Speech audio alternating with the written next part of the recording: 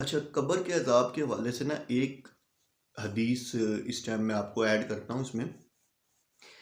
ایک دفعہ کوئی انصار کا کسی کا جنازہ تھا، تو جنازہ لے کے جا رہے تھے، تو قبرستان میں ابھی قبر کھودنے میں ذرا قبر تیار ہو رہی تھی، تو جنازہ رکھ دیا گیا۔ تو اللہ کے رسول صلی اللہ علیہ وسلم بھی صحابہ رضی اللہ تعالیٰ عنہ کے ساتھ وہاں پہنچ گئے۔ تو صحابہ رضی اللہ تعالیٰ عنہ بتاتے ہیں ہم اللہ کے رسول صلی اللہ علیہ وسلم کے ساتھ تھے، اور اللہ کے رسول صلی اللہ علیہ وسلم ایک جگہ پہ وہاں بیٹھ گئے۔ تو بیٹھے ہیں تو ہم لوگ بھی گویا اس طرح بیٹھ گئے کہ جس طرح ہمارے سروں پر چڑیا ہو۔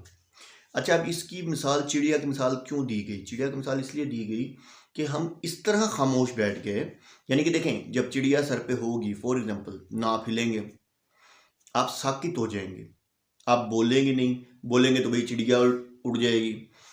فور ایگزامپل ساتھ والے کے سر پہ بھی چڑیا ہو تو میں نہیں ہلوں گا کہ اس کے سر سے چڑیا اڑ جائے گی۔ تو یعنی کہ ان کا بتانے کا مقصد ہے کہ ہم اس طرح یعنی کہ بیٹھ گئے جیسے سر پہ ہمارے چڑیا بیٹھی ہوئی ہو۔ تو اللہ کے رسول صلی اللہ علیہ وسلم کے ہاتھ میں ایک لکڑی سی تھی، یعنی کہ درخت کی ٹہنی سی تھی، تو اللہ کے رسول صلی اللہ علیہ وسلم زمین کو کورید رہے تھے۔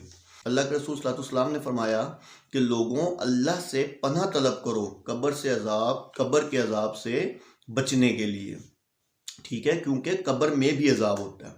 پھر فرمایا لوگوں اللہ سے پناہ طلب کرو قبر کے عذاب سے بچنے کے لیے، کیونکہ قبر میں بھی عذاب ہوتا ہے۔ پھر تیسری دفعہ کہا کہ لوگوں اللہ سے پناہ طلب کرو قبر کے عذاب سے بچنے کے لیے، کیونکہ قبر میں بھی عذاب ہوتا ہے۔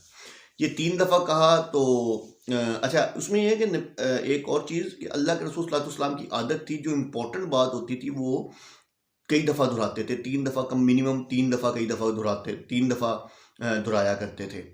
تو یعنی کہ 3 دفعہ دہرایا کرتے تھے، اس میں ہوتا تھا کہ یعنی کہ اچھے طریقے سے لوگ سن لیں۔ تو اس سے ایک بات جو سب سے امپورٹنٹ بات جو ہمیں سمجھ آ رہی ہے، کیونکہ ہمارا سلسلہ، کیونکہ جو ہمارا ٹاپک ہے وہ یہی چل رہا ہے، تو قبر میں بھی عذاب ہوتا ہے، ٹھیک ہے۔ اللہ کے رسول صلی اللہ علیہ وسلم کی حدیث ہے یہ، میں نے اس لیے یہ کیونکہ ٹاپک چل رہا تھا تو میں نے یہ بیچ میں ایڈ کر دی حدیث کے، میں حدیث کا ریفرنس بھی دے دوں گا، آپ دیکھ لیجئے گا۔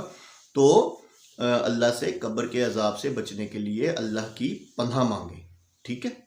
تو آگے ہم